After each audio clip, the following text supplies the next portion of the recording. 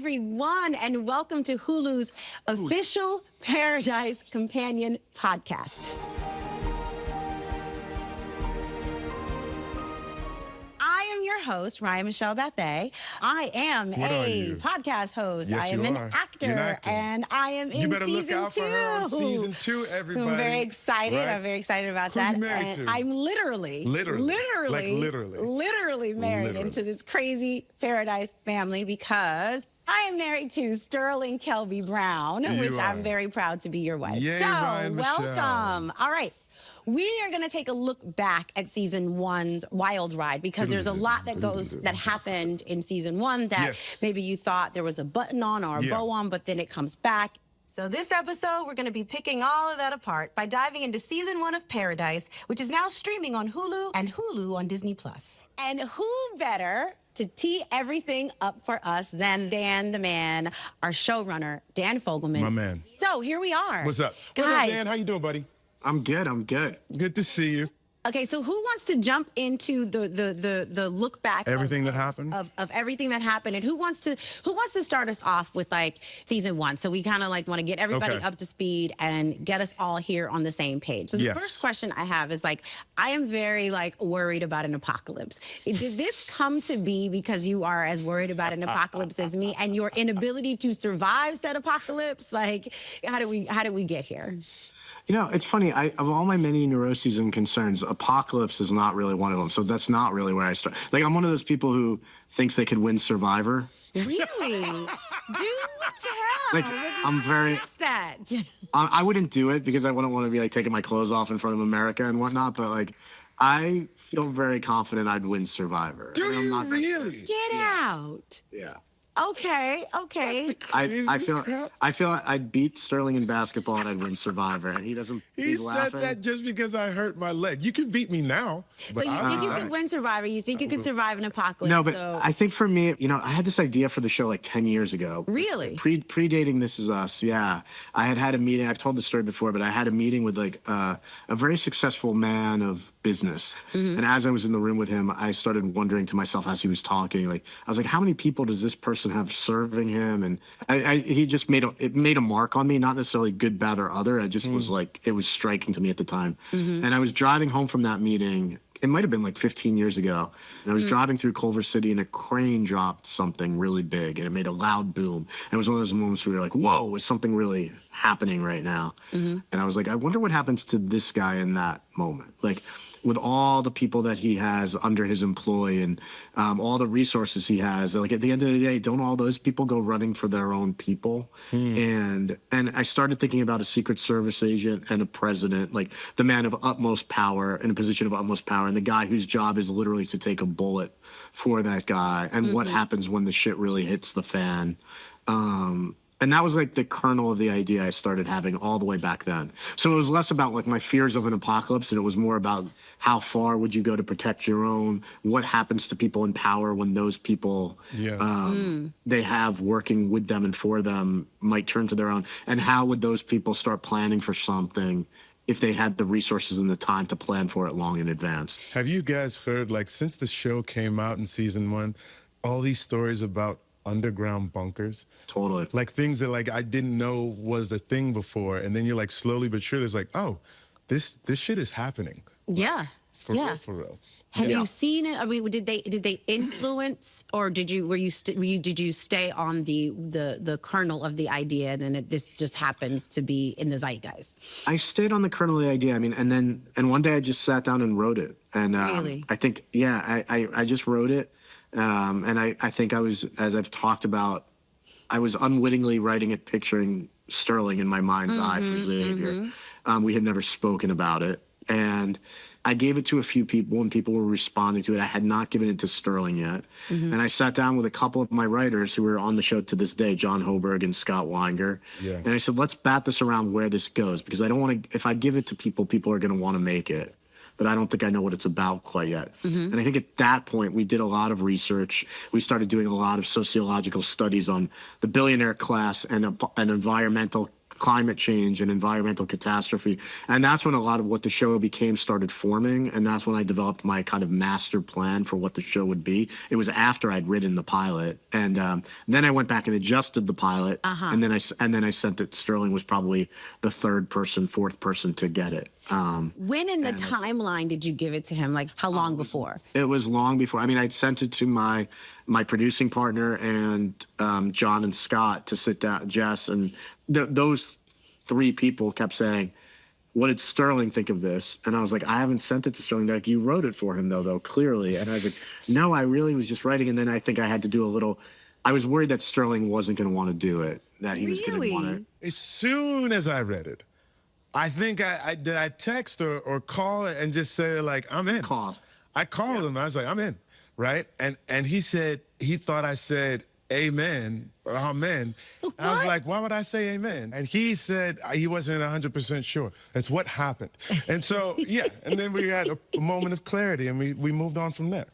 The exact story is that, but I'd sent it to Sterling like on a Tuesday, and and this was like, it's kind of opening yourself up. You're sending it to one of your guys, and you're like, I don't want to put Sterling in a tough spot where he has to say no to something with me. And so all those things were like nerve-wracking, and I sent it to Sterling, and he called me. "You were sick, Sterling. You were under the weather," and you called me. I remember things. Go ahead. And Sterling called me, and I saw it was Sterling calling. And I remember, like, I never get nervous anymore, but I was like, oh, I'm nervous because I really do want him to do this now, and I might not make it if it's not. And he was like, Dan, this is really good. Where does it go? Because obviously that would be the question anybody has after reading the pilot. And I started pitching him, season 1 is this, season 2 is this. It's 8 to 10 episodes. Like I told him, and at a certain point in saying that, he said, amen, I thought he would say.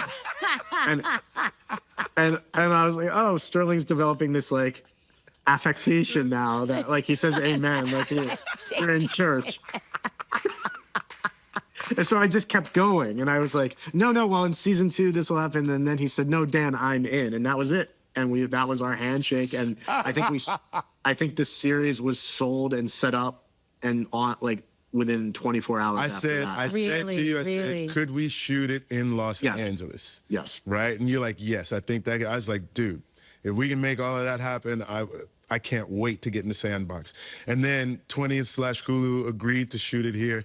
And it's awesome too, because honestly, over the past several years, a lot of production has left Los Angeles. Yes. So I'm very happy to be one of the things that's still here.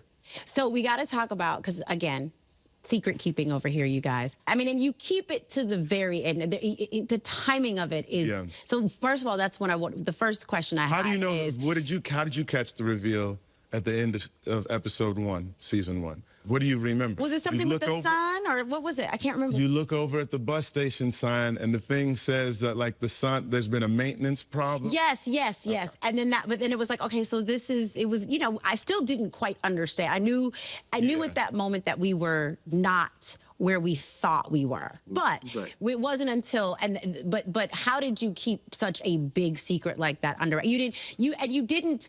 When you, even looking back at season 1 on the publicity, it's you know it's very much giving, you know, Sterling's very much giving his Sterling, you know, that thing that he, you know, you talk about, you know, he does that thing, you know, where it's like, y'all know that thing.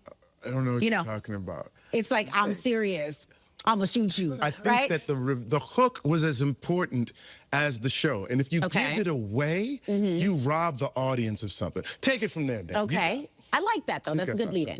No, it's good. I mean, I think part of it was a really good job by the powers that be at our company, that they sold it as like a political thriller with a secret, but they didn't sell it as an apocalyptic thing or try and give the secret away too quickly. Yeah. And our cast, Sterling and James and Julianne primarily, were really good at talking about the show without talking about the show. And I think if you, in this day and age, if you're able to say there's something that changes the game at the end of the pilot, there's a secret, there's a twist, and you're able to say it in a way and have the actual twist that's worthy of that titillating kind of preview of it, then it only makes people lean in harder and want to hear about it. I think so that was part of it. And then part of it was, you know, we had conversations, and again, our studio and network really trusted us and me, that they not only kept the secret going up until the first episode aired, but through many months of it coming out, so that people were able to discover it on their own. And that was really exciting. to just watch people in real time catch on. And I think I was very conscious when we shot this this first episode way back when. I screen a lot because I want to test. The only way to really know how these twists are going to work is watching people watch it. And then I grill people after, and I say, what was your experience? Like Sterling was just asking you, like, when did you lock in on the secret? There's like 12 different spots in the final minute and a half of the show where people start going, huh, something's weird. Yeah. And we played with that. We played with how direct we were going to be. We played with, in our final visual effect of the reveal of the cave, right around Christmas time. We were airing in January. And I had to cut it home, and I screened it for my family who was visiting for Thanksgiving. And so after it ended, I was like asking them what they thought. And my brother-in-law, he was like, are they in outer space? Oh my God. And I was like, Josh, you're an idiot. Like, and I was like, no, they're not in outer space. But then I started hearing that a couple of times when I was screening it to people. Yeah. 1 out of every 10 people would say something about outer space. I was like, where is this coming from? And I realized that there was, like, in our final visual effect that had first being put in the show, there was a little bit of darkness and some red lights. That it read a little like where Luke Skywalker and Darth Vader read at the end. And I was like, oh no, I have to take this out. And so I actually wound up keeping our visual effects team all through the holidays, getting paid like triple time, and I felt terrible. But we actually changed the final visual effect to see more of the underground rock, because at the last minute, my screenings were going left a little bit for 1 out of every 10 people. So you have a job to do for the rest of the world. We are anxiously awaiting your words. And I know that you are in the midst of writing and doing all the important things that an important Dan the Man does. So we are very, very thankful that you took this time. I know we're going to be able to see you at some other point in the midst of all of this, and we're very, very excited. Yes. And yeah, we won't take up any more of your time. So you the man, bro. Go finish writing. It is my pleasure, guys. Can I just give a note since it's Please. Yeah, absolutely. Less of me, more of these two is my note. It's way more of this one over here. I'm just here to help out. All right, dude. You're free. Bye, guys. Thank you very much, thank you, buddy. guys. Y'all take Thanks, it easy. guys. Thank Later, you, man. guys. Bye, guys. Bye, guys. Okay, so we are going to take a podcast pause. Okay. All right, if we just go back. Let's start at the top and review everything that happened. President Cal Bradford, played by Jamarius Marsden, is dead. And Secret Service agent Xavier Collins is a suspect, but we know that he didn't do it. But President Bradford is gone. Xavier is the #1 suspect and also the #1 lead person trying to figure it out, while raising his 2 kids, Presley and James, all by himself. Okay. So then we figure out that this isn't actually a murder mystery. It's the end of the world. So now we realize that we are actually in a bunker under a mountain in Colorado, and it's called Paradise. Okay, so then we meet Sinatra. She's like the richest woman in the world. She's one of the smartest women in the world, and she's the mastermind behind this whole bunker situation. And we find out that her son has also passed away when he was very, very young. So then things get really crazy with Sinatra, because we start to sort of peel back the layers to who she is a little bit, and we start to realize that she's like this onion. That's when she enlists Xavier's best friend, Secret Service agent Billy Pace, to go kill some people who decided to go and see what's out there. Because she realizes that if anyone inside the bunker knows that there's even a slim chance that anyone that they loved or lost could be alive outside the bunker, all hell's gonna break loose. And this is, I think, when we realize that Sinatra is the one who's not just the architect of this whole thing, but the boss of this whole thing. She also orders Billy's crazy girlfriend, Jane, to kill him to keep him quiet for what he did, because he knows where all of her bodies are buried. And she does it quite gleefully, which is a little crazy and terrifying. Jane is terrifying. Okay, so Xavier teams up with another Secret Service agent, Robinson. They need each other to figure out what's going on with Sinatra and to take her down ultimately and see if that's even possible. And that's when we get, they're lying to you. Okay, that's when things start to cook. And through an incredibly thrilling and terrifying flashback episode, that incredible episode 7, we get the story of how these 25,000 souls ended up living in this bunker. Basically, a giant volcano triggered worldwide tsunamis, and all the big nuclear powers totally freaked out and started getting ready to nuke each other. President Cal In spite of everyone telling him not to, he stepped up and he told the American people, like, what's really going on. And then everything just kind of goes, it goes tits up, guys. Okay, so then Xavier feels like Cal betrayed him because Terry got stranded in Atlanta, huge city, almost certain death. And he thinks Cal could have done more. But back in our current timeline, Sinatra gives Xavier actual proof that Xavier Collins' wife, obviously not me, we're talking about Terry Rogers Collins, is alive outside the bunker. So of course, that isn't the end because Mr. Dan Fogelman has to propel us forward into season 2. So Agent Xavier Collins decides he's going to leave his children with Agent Robinson, and he leaves the bunker to find his wife. So he finds this little prop plane, no clue what's out there, just kind of like a little bit of a glimmer of hope. And he looks at the camera and he says, I'm coming, baby. welcome back, everybody, to this very special episode of the Paradise Podcast, where we are going to look back at season 1 as we get ready for the big season 2 premiere. And I am beyond excited to introduce the OG president of Paradise to the set with us. And of course, I am talking about the one and only Jamarius Marsden, everyone. Jamarius Marsden. That will never get old. You all can call him James Marsden. You all know him as President Cal Bradford. May he rest in peace, gone but not forgotten, and definitely not forgotten from our hearts. And he's in season 1, he's in season 2, thank God, because you were incredible. We're just gonna move on from there.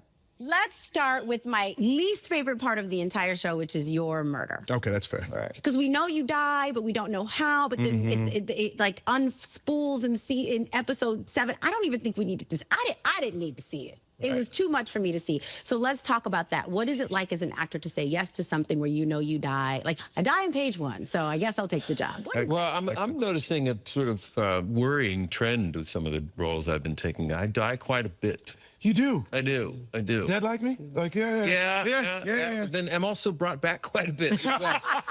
And Dead to Me, Westworld, often die all the time. They can't waste this big dog. They like to kill it. They like to kill it, and then they just bring him back and kill him again. Kill it. So you kind of do that. We do that a little bit with timeline jumps in Paradise. Yes. Passed out, not really passed out. No, dead. Bleeding out on the floor in episode 1. Yeah, I mean, I knew that the whole show was going to be timeline jumps and told from jumping back in time. So I was more interested in see what the story was and how he ended up, on the floor, bleeding out. And if it was compelling, which it was like, I'm all in. So, and it was probably the most colorful character arc that I've ever gotten to play, starting dead. Or maybe the only character arc I've gotten to play starting dead. Yeah. So it was great. You're great, James. Man, you're great. No. Hold on. I'll wax for a second, and then I'll let Ryan ask questions, and you can respond to them. But there is the balance of humor, of pathos. And I think a lot of the colors that are actually you, and I mean that in the most sincere way. You're a good man. Oh, man. And I think a lot of people, and I think this happens with the extremely attractive, because you are extremely attractive. People like to sell the extremely attractive short, as if that's all they have to offer, right? But Marsden has everything. He has humor, he can act his ass off, and if you need somebody to communicate goodness on screen, it's right there. It's everything that you could hope for in a president, right? And it's not anything on the nose about it. You are picture perfect, brother. I told this dude in episode 7, what I say to you, Jamarius, I walked up to you and I said, are you ready for number 2? And what did I mean by that? You meant an Emmy nomination. I meant an Emmy nomination.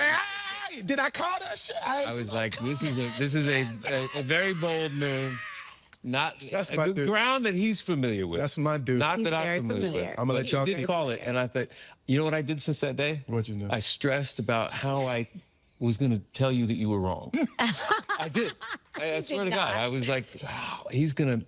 how's he going to handle this? I don't want him to be embarrassed. They're like, hey, man, don't worry about it. You know, you're not right all the time. I'm going to tell you, You're right. When he was giving his president, episode 7, 107, when we find out how the world sort of ends, and he was giving his speech to the people, and he does 2 speeches. The first one is sort of by rote, like he's looking into the teleprompter, and he's saying his words, right? When the dust clears from this tragic day, we will go forward as Americans, as a beacon of strength in a sometimes dark world. The second one is like, you know what? Yes. I can't bullshit the people. Yes. Wait. Give me a second. Like they deserve a chance to decide how they want to spend their last moments. James comes in, he has huge passages of dialogue that he knows ice cold every single That time. first scene we met. Yes, bro. First the interview scene. It's me just sort of all like right. not, you trying to like pull Xavier to get to say something. I'm like, nah, I'm just I was like, this is if it, I think that was maybe day 3 or 4 or something, maybe day 2 for me. And it was nice because it was like, there's some really, really great stuff. I hear you're the best of the best. And it doesn't hurt that you're black. So I'm here because I'm black. You're here because you're good. And the other guy was boring and old. It just doesn't hurt that you're black. Does my directness bother you? No, sir. In episode 7, not only do you save the day, but you set up the whole fact that the world keeps on spinning, right? Yeah. But you give just enough people just enough time. Yeah. For there to even be survivors, right? In that one moment, when you decide, I've given the speech, and now I'm just gonna be me and tell people what I would want to hear. I know you're aware of the situation we now face, and I want to tell you the truth. And then the second one was when you have that moment with the EMP thing, right? And you have the ability to say, none of us are gonna. I'm gonna make sure that whatever happens is not gonna be nuclear holocaust. Right. Some colonel had an idea to create a switch that would fry every electronic circuit on Earth. It's a switch that would shut off the world. But that was better than the alternative because it would give people a chance. He's in a damned if you do, damned if you don't situation, of course. And Sinatra has good points. Sure. She really does. I think that's we'll what lose makes communication from the bunker. We won't know what's going on in the outside world, etc. Right. Yeah. It's, you know, but this gives people a chance. it does give gave people a chance. Yeah, And, but like you play that scenario out. I mean, that could be more suffering. It could be, you know, there will be more deaths, and you know, but I do feel like he was searching inside himself and going, what is the right thing to do here? And and we need to have hope. And if we don't have hope, then what have we? Speaking of Sinatra, I'm glad you mentioned her. Thank you. That gives me a really good segue to talk about the murder, because season 1 ultimately is the murder mystery, right? It's a whodunit. Sure. And we can introduce some of these other characters who are so central to this whodunit. Is it Billy? Is it Jane? At the end, we realize that Jane's our friendly neighborhood psychopath. We love Jane and Sinatra. So at the end, so as season 1 is unfolding, right? We get to know these other characters, which is, you know, you, and what is your relationship like for you with Sinatra, given the dynamics of power? You know, they go back, you know, many years working for his father, and they had a good relationship. And I think there's still something there, but when it becomes the sort of the power dynamics start to shift, and once we're in the bunker, you know, the president is not really. It's a paper presidency. Yeah. Well, the president of who? President of what? At least 20,000 people or what have you? Like that scene, I can't remember what episode it was. I want to say 105, but shows you guys on the porch. Yeah. Let me see. And you are having your conversation. She's like, I want to see what it looks like when you have balls. And you're like, hey, man, you can't tell me what to do. I'm the president. And you know what I'm saying? And she's like, what you going to do, man? What you going to do? Whereas up until we're in Air Force One going to the place, and she's like, she does not want you to detonate the EMP or whatnot. And you're like, hey, I'm the motherfucking president. You know what I'm saying? I'm going to do what I want to. This is the power that I do have. That is the power. And then to find out once he gets into the bunker, he can't even get into I can't even get into my own iPad. No, I mean, because there had to have been a moment for Cal when he realized, and maybe there was maybe you can tell us, was there a relief when he realized, oh, I'm really not the president anymore. Yeah. Like, I'm really not in charge. I mean, we don't really see that moment happen, but there had to have been a moment, you know, where is it when the plane lands, you get in the bunker and you're like, my work here is done. You know? No, I think you see where we come from, and he's haunted by that as they go into the bunker, and that has an effect on him for sure. But you know, the laws of cause and effect have been turned upside down, and he's, you know, everything's starting from scratch here, and the billionaires are the ones with more power, and he's sort of the face of leadership for the people there, and I mean, it's almost like he went from the president to the mayor. Yeah. You know, you know what I mean? Yes, you do. And I think that he has a tendency and a habit to maybe block some things out of his mind and sleepwalk a little bit. And there were actually scenes too that we didn't end up shooting, but you know, smoking, like he just was a wreck. Yeah. And I think we pulled that back a little bit here and there, but there's an awakening I feel like he has, and maybe I think obviously him getting the recordings about the people up top. That's huge. Yeah. Massive. There is a not a coup, but like an unsanctioned, you know, killing, because you send the scientist out into the world because people deserve to know. Yeah. Right? And then ultimately at the end of the day, those scientists are murdered. They need to know. By Sinatra. And you're like, I know what you did. Like, I think at that point, you're like, oh, the power has really, I don't have it. Yeah. I thought I did. Because it also plays out in what you do. Again, to recap, all of the clues that you lay behind, right, for your son, and for him. Yeah, for him. But really, I mean, I feel like it's almost like a parting gift to your son, which is like, I'm not who you think I am, and I don't have time to tell you who I really am, right? Because time has run out for me. You know? I remember having a real interesting conversation with Dan about whether or not he knew he was going down. Right. Meaning, like, you know, because the last thing I wanted it to be is feel like he was some martyr. Right. I'm doing all these things, and I'm going to break your hearts after you leave, and I'm going to let you get the jet, and you know. But I think we came to the point of like, no, I think that he realizes the threat level is through the roof. You know, there's a big bounty on his head at this point because he's going in and upsetting everything. You're messing with the status quo. Yes, for very sure. much so. But I think that this is where he finally, you know, stands for something. After years of maybe feeling like he wasn't standing for much. Right. So when he got the recordings, he realized what was happening. You know, hell or high water, I'm going to block her from doing all of this as much to use my power as much as I can to do that. Yeah. And then in addition to that, since I can't have this conversation with my son directly, I'm going to have it through music. I'm going to have it through an audio message. I do think he really wanted to still continue to find him and have that conversation. It was just a planted, if I'm not here, you know, because I think even when I go in and talk to Sarah's character, there's a feeling of, if anything happens, trust Billy Pace. You're thinking that, exactly, and so that there's a very real threat there that he might just not make it. And it's the funny thing is the audience at that point knows. Yeah. Right. Right. So they know because they see it in episode 1. But you want to, you know. I'll say this just to add, as now parents of a teenage boy, like it's like I feel like I need to make a few recordings right now because it's hard to get through to these kids. That was also what was so interesting to me, because even if there was no paradise, no bunker, no president, just a man and his son, like that also is very real when they're at a point where they don't want to listen. You know, but unfortunately you really do have to listen because it's the end of the world, you know, but you know, it's so interesting because our kids think we're stupid. Like this thing happens where they go from thinking that you're really, really smart to, or, you know, hopefully they think you're smart at some point, to like, you know, no, you don't know anything about anything, you know? And what I think is so interesting about that is that no one plays stupid. You don't play stupid.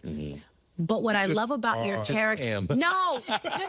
What I realized after watching all of it, you use the stupidity as an armor. It's literally like your way of being like, this is the one thing. The disarmament, do you mean? Well, both. Okay, go ahead. Because it's like, it disarms people. You're able to be charming, but I think you know at the end of the day, the thing that is going to trip everyone up about you is that they're going to underestimate you. Right. Yeah. And you allow them to do it. Right. And I think that that is genius. Yeah. Wow.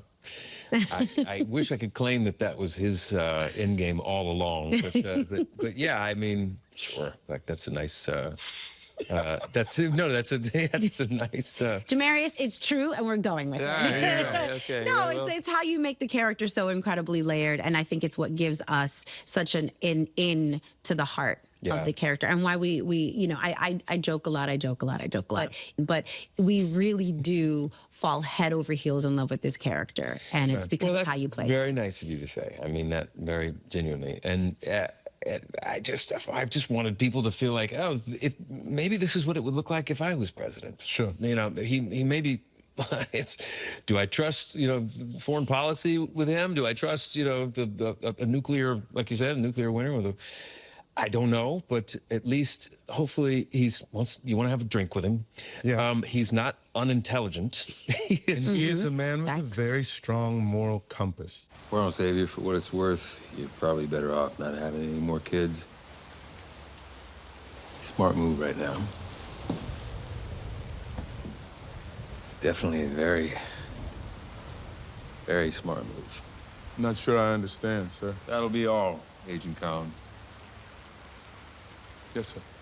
You are a delight. Well, thank you. Thank you so much for being here. Thank you for showing up and doing this with us. I know that this whole podcast of it all is a new thing that we're doing, but I also think it's a really wonderful way for us to get to process such a huge show that we are so emotionally invested in. And it's because of you guys, the chemistry that you have together, like we fall in love with you, but we fall in love with this that happens between you guys as well. So It's very cool. yeah, so thank you for that, and thank you for your work and your artistry. And I don't think that we're officially all caught up, because I don't think we can ever really get caught up, because so much happens. Yeah. But our look back is hereby complete. I declare it complete. Okay. And thank you to all of you for watching and listening at home or work or car or maybe even in your own bunker. Go ahead, Bert. Yes. Go ahead. So we're going to see you all soon to kick off season 2. Right on. All right.